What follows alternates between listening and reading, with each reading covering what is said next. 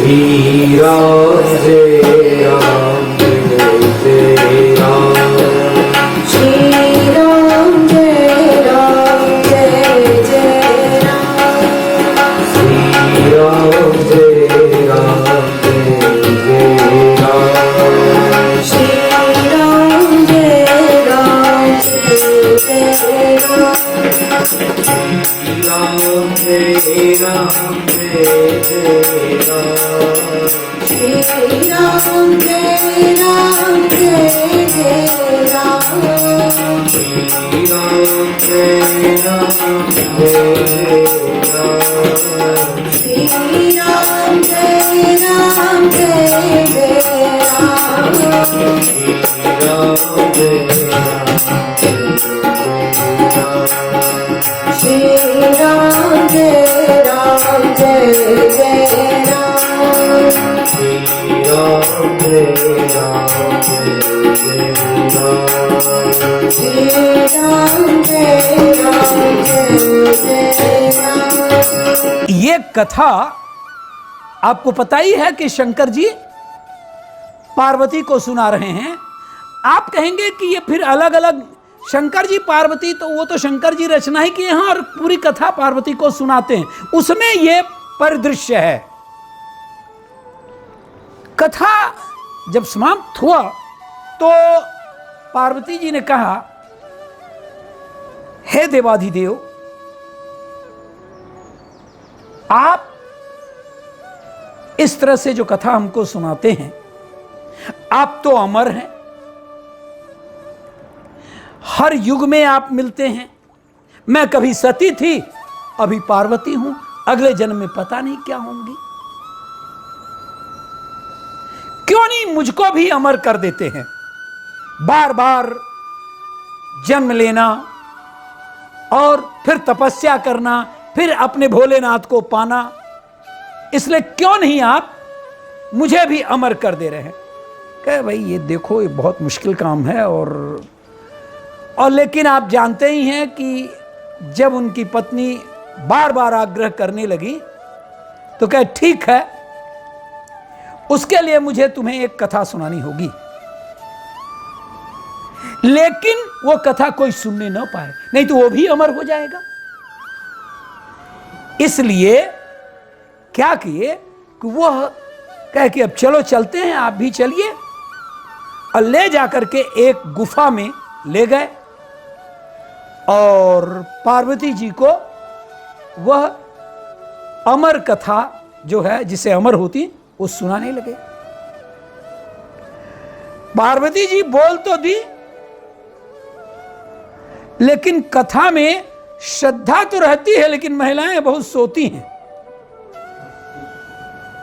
श्रद्धा एक अंग है, एक पार्ट है, और दूसरा सोना भी है। अरे पार्वती जी उसी बीच में सो गई, और जब सो गई तो वहां पर, लेकिन फिर भी शंकर जी को नहीं लगा कि पार्वती सो रही हैं, क्योंकि वहां पर गुडरुम गुडरुम गुडरुम गुडरुम ऐसा करके कुछ आवाज आ रही थी। तो सने हाँ हाँ हाँ हाँ हाँ हाँ ऐसा करके पार्वती जी बोल रही हैं। जब उनकी दृष्टि पड़ी तो देख रही हैं पार्वती जी तो सो रही हैं, देख रहे हैं कि पार्वती जी तो सो रही हैं। तो फिर ये कौन है जो सुन रहा है कथा? अरे तो देख रहे हैं कि ऊपर दो कबूतर थे और ये आवाज कर रहे थे। अब भला शंकर जी के आगे कबूतर की क्या औकात है? जहां सोचे वहीं मिल गया, पकड़ लिए, मारने को उद्यत हो गए। तो कबूतरों ने कहा, प्रभु इसमें आपकी प्रशंसा जाएगी। आपने कहा है ना कि जो ये कथा सुनेगा वो अमर हो जाएगा, तो अगर आप मार देते हैं तो ये भाव कैसे रहेगा कि लोग अमर हो जाएंगे? तो या तो आप हमें मार डालिए या हमें भी अमर रहने दीजिए। शंकर जी बहुत उसके बातों पे प्रभाव में आ गए। उन्होंने कहा ठीक है, अब तुम अमर हो जाओगे, लेकिन अब इस गुफा से नहीं निकलोगे, अब इसी गुफा में रहोगे तुम। यही दो कबूतर अमरनाथ में, यही दो कबूतर जाने भगवान शंकर के समय से अभी भी हैं, आज भी हैं, क्योंकि वे अमर हैं। और उस गुफा का नाम ही पड़ा इस अमर कहानी से अमरनाथ। और इस प्रकार पार्वती जी भी सुनती ही रहीं, बदवा में सुनाए, और उसके बाद से ये हुआ कि चलिए आप भी अमर हो जाइए। बाद में कोई कथा नहीं आती है जिसमें किसी शंकर जी और पार्वती के अलावा फिर दोबारा जन्म हो। एक और पात्र की चर्चा आपको हुई है, आपसे मैंने किया है, काकभुसुंडी की। कौन थे काकभुसुंडी? कैसे इतने विद्वान और फिर भी काग कौआ? हुआ क्या कि यह एक जन्म में शूद्र थे, और जब वहां से वहां पर अयोध्या में थे तो अयोध्या में खूब कुछ अकाल पड़ा, कुछ भीषण स्थिति बनी कि वो वहां से आकर के और अन्यत्र चले आए। वहां पर एक ब्राह्मण थे और ब्राह्मण के यहां उनकी सेवा करने लगे।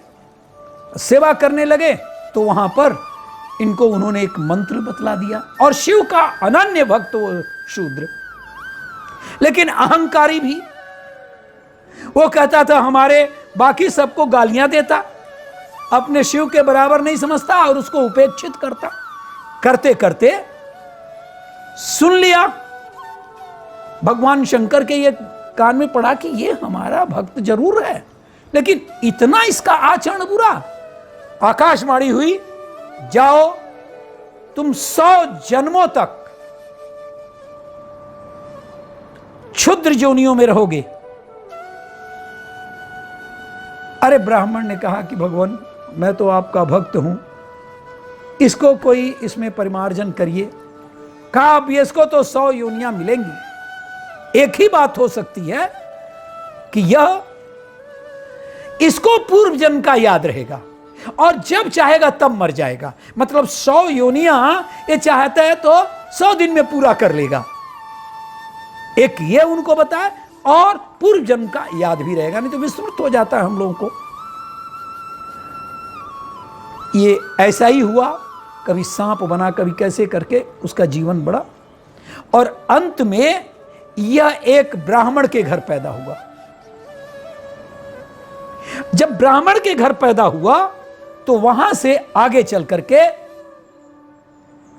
चला आए एक शिव मंदिर में, और वहां पर एक बड़े प्रकांड विद्वान, प्रकांड सिद्ध थे, लोमस ऋषि।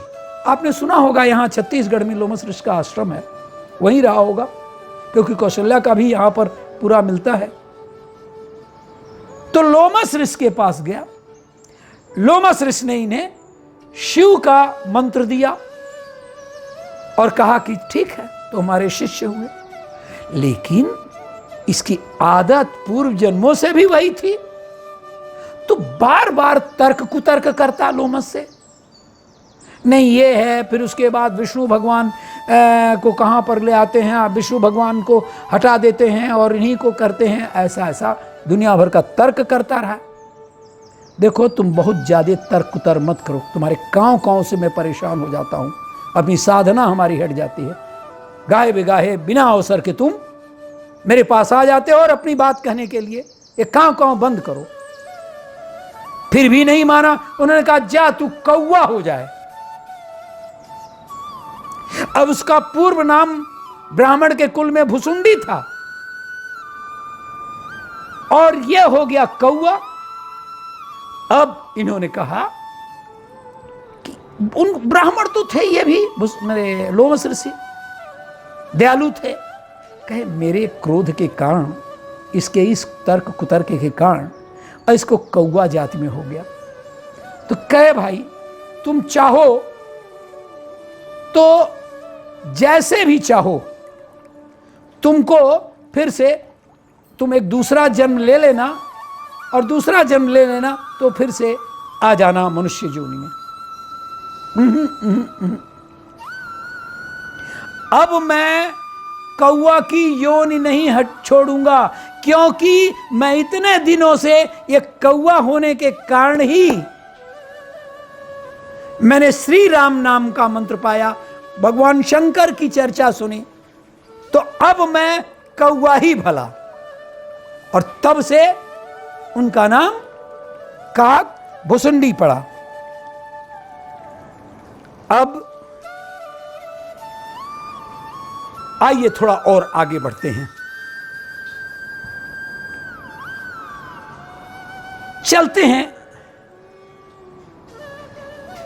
ताड़का के पास। जिस वन में ताड़का रहती थी उस वन का नाम ही ताड़का वन हो गया। एक थे सुकेतु राक्षस।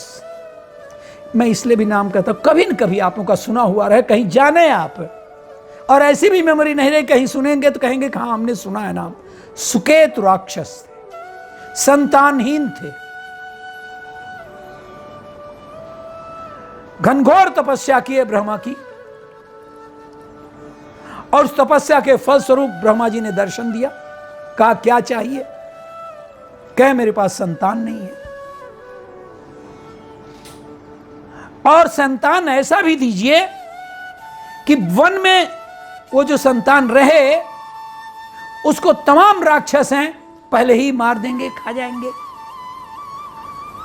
तो उन्होंने कहा ठीक है, तुम्हें कन्या रत्न प्राप्त होगा और 100 हाथियों का बल उसके पास रहेगा, 100 हाथियों का बल। वाह रे ताड़का, इतना प्रबल, इतना बलवान हो गई ताड़का। फिर क्या किया कि सुकेतु ने, राक्षस सुकेतु ने उनका विवाह कर दिया सुंद नाम के राक्षस से। एक दूसरा नाम आ गया सुंद, सुकेतु सुंद। और सुंद और ताड़का से 2 पुत्र रत्न पैदा हुए। एक का नाम था सुबाहु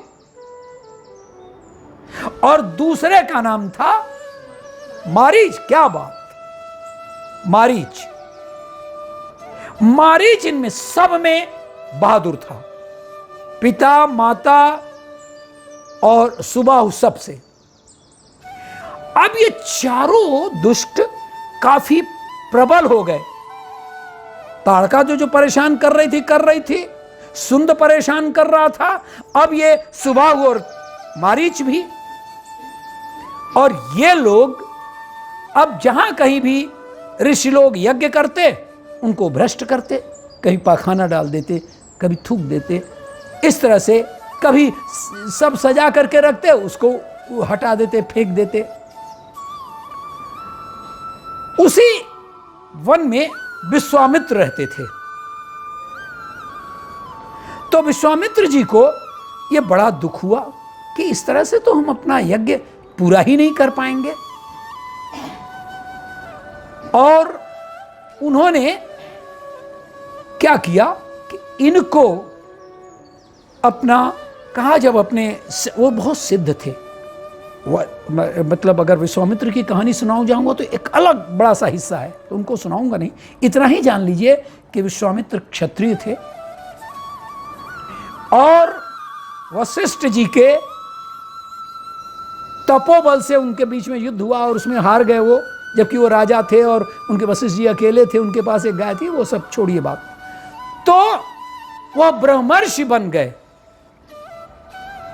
विश्वामित्र जी, और सिद्ध इतने कि उन्होंने जब एक ध्यान रखा, ध्यान लगाया, तो उन्हें पता चला कि भगवान का तो जन्म हो चुका है, और वो भी राजा दशरथ के यहां।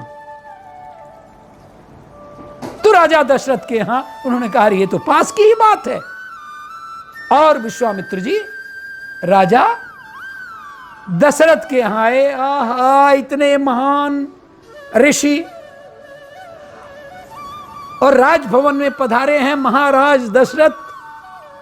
जैसे ही सुने दौड़े दौड़े आए बिना किसी औपचारिकता के और साष्टांग प्रणाम किए विश्वामित्र जी को। अपने चारों लाडलों को बुलाया, उनसे भी साष्टांग प्रणाम करवाया। सब कुछ करने के बाद अब उसके बाद कहा, प्रभु आपका तो कभी दर्शन होता नहीं, ये बड़े भाग्य है हमारे कि हमारे राजभवन में आए। प्रयोजन क्या है आपका? कह प्रयोजन है और ये कि मैं बहुत परेशान हूं, राक्षसी ताड़का से, उनके बेटों से, उसके पति से, उसके पिता से। तो मैं चाहता हूं कि आप राम लक्ष्मण को हमें सौंप दीजिए। तो राम लक्ष्मण को आप सौंप दीजिए। तो राम लक्ष्मण को, जैसे ही राम लक्ष्मण को सुने, दशरथ के वो प्राण थे, कहे ये तो आपने एक अनुचित मांग कर दिया। देखिए हिम्मत नहीं पड़ रही थी, साष्टांग किए थे। उन्होंने कहा ये लेकिन अनुचित मांग है प्रभु। कहिए तो ये वृद्धावस्था में अपनी पूरी सेना के साथ मैं चलूं, युद्ध करूंगा, ताड़का को मारूंगा। अरे नहीं तो आप कुछ भी मांग लीजिए ना, हमारे संपूर्ण राज्य मांग लीजिए, लेकिन हमारे राम को मत मांगिए। वशिष्ठ जी ने समझाया। वो अच्छा, ये वशिष्ठ, विश्वामित्र, ये सब लोग भविष्य दृष्टा थे। तो उन्होंने कहा कि आप इसमें परेशान मत होइए और आप दे दीजिए। पीछे से कौशल्या जी भी कहीं सुन रही थी। तो बजाय कौशल्या को, अपने लाडले को रोकने के, कौशल्या जी ने कहा, अंदर पर्दे में थी, ये लोग बाहर नहीं आते थे, कहे जाने दीजिए, हमारे राम को जाने दीजिए। राम लक्ष्मण दोनों, अच्छा लक्ष्मण उनकी छाया के रूप में थे, इनको जाने दीजिए। और तब दशरथ ने बात स्वीकार किया, उनको बुलाया, सौंपा, पूरा साज श्रृंगार करके जैसा भी भेजा होगा मां ने। और उनके बाद लेकिन कहा, आप ये समझिए, आप पिता की जगह पर हैं, आप ही अब इनके पिता हैं, और हमारे लाडलों को कुछ न होने पाए। अब ऐसा देखिएगा, अब आपके संरक्षण में हमारे ये दोनों पुत्र जा रहे हैं, आप निश्चिंत रहिए। और जाकर के इन्होंने ताड़का का वध किया, सुबाहु का वध किया। वो जो सुंदवा था वो भाग गया, और सुकेत तो पहले ही छिप गए थे। तो बचा कौन है? कौन? ताड़का बची। और ताड़का का इन्होंने वध किया। टंकार, बहुत जोर से टंकार हुई और गिरी ताड़का। अब एक और बचा हुआ है, मारीच। देखिए आप बराबर इस बात को समझिए, इस सब योजना है, या यूं समझिए कि भगवान शंकर द्वारा रचित यह रचना है। यह पहले से रचना थी, उनके रामायण में यह पहले से था कि अगर मारीच मारा जाएगा तो कौन वहां पर एक झूठा मृग बनेगा, सोने का मृग बनेगा। तो जो बाण चलाए वहां पर, तो मारीच मरा नहीं, देखिए। और उस बाण का इतना बड़ा प्रहार था कि वहां से मारीच उसी बाण से सहारे भाग उसी बाण के आधार पर उसको करके और आकर के लंका के पास गिरा, पंचवटी में गिरा। अरे लंका के पास ही तो आकर के पंचवटी है। अरे भाई पंचवटी में गिरा, उसके बाद सागर पार करके लंका है, तो पंचवटी में दंडकारण्य में गिरा। अब क्योंकि अक्सर आना जाना रावण का मामा थे रावण के, अब यहां पर आकर के वो उनको भगा दिया और फिर उसके बाद से वो आगे चलेंगे तब। मंगल भवन मंगल हारी, प्रभु दशरथ नरेश बिहारी, जहाँ जप जग जोग करेगी, प्रतिमारी सुखाऊंगी करेगी। देखत जगति सागर धावई, करही उपजब मुनि दुख पावई। गाधु तय मन चिंता व्यापी, हरि बिनु मरहि अनिजुत पापी। तब मुनि मन मन कीन विचारा, प्रभु अवतरऊ हरन बलिहारा। नित देखा बचलाई, करि बिनती जानो भाई। ज्ञान विराग सकल गुण अयना, सो प्रभु तेरी प्रभ हरि नयना। दुनिया में मन सुना जग राजा, मिलन गयो लेगी समाजा। कही रघुरथ मुनि सन्मानी, विश्वास कठोर नहीं आनी।